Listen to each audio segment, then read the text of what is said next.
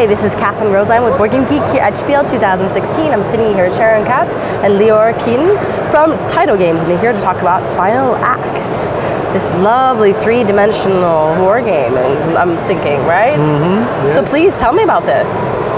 Okay, this game kind of came to mind. I was a tank commander myself. Really? And so, yeah.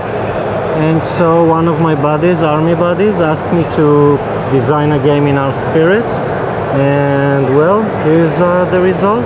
Fantastic. Yeah, so Final Act is kind of a light to medium weight strategy, more of a tactics game really.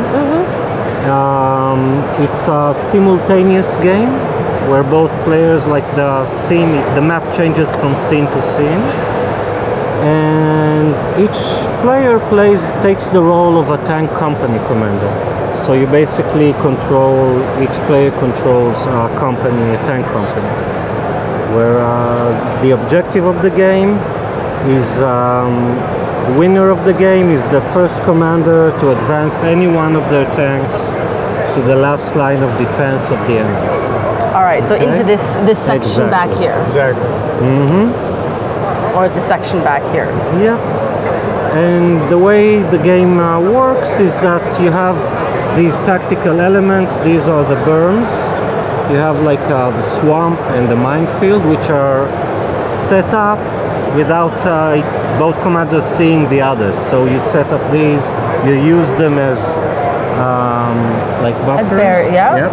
And so you design your field. And so each game is a different tactical situation. And the way the game works is rather simple, the sequence of the game. First, each commander, he gives movement orders using these control panels. So you decide each tank where they're going, and you give movement orders to all of the tanks. And so they're each labeled with their number, and so there's a dial for each tank. So if I want 2B to move forward, then I just move the dial forward, and so that's what it would do. Okay? And then this indicates how much power they're using? No, this indicates this is another action that we call a direction change, that the tank can change its direction. Okay? And this is relevant to the second phase, which is actually the shooting phase. So first, each commander gives their movement orders discreetly, okay? And then once I declare That's why we have these done, lovely little stands so that you can do it privately. Yep, you do your thing. And once he declares done, I declare done. Now we're shooting without showing what we're doing. And the way we're shooting is that each tank basically has what we call a cone of fire, which is 6 squares up and closing a diamond. And you have these to help you figure the range. So for instance, tank C standing here is on the green row here. So he can shoot up to the green row. Okay, and 1, 2, 3, 1, 2, 3. So I can place my shot. Each tank has a shot like this, anywhere within my cone of fire. Okay, so basically what I'm trying to do is anticipate the enemy's moves, right? So if I think, let's say he's standing here, and if I think he's going to move here, so I place my shot. Okay, and I place all my shots. He places his. Once we're done placing the shots, panels are revealed and tanks are moving, okay?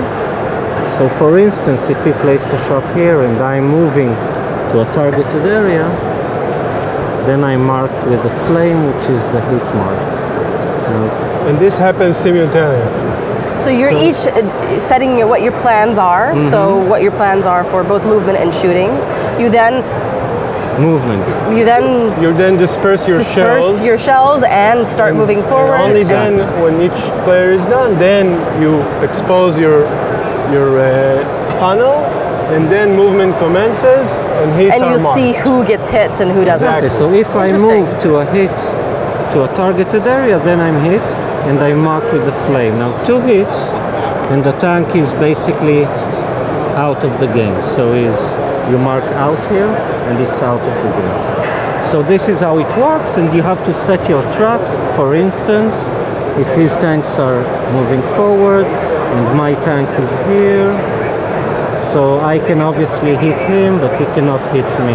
This right? goes back to the bottom dial for wanting to direction. turn. And once you're behind the berm, you cannot be hit. It's as if like backward stations.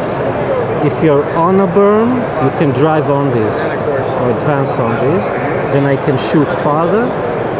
These you cannot go through, like there are impassables. In the minefields, I can go through the middle of mine, like where the arrow is, okay? But the enemy cannot, right? So he has to maneuver.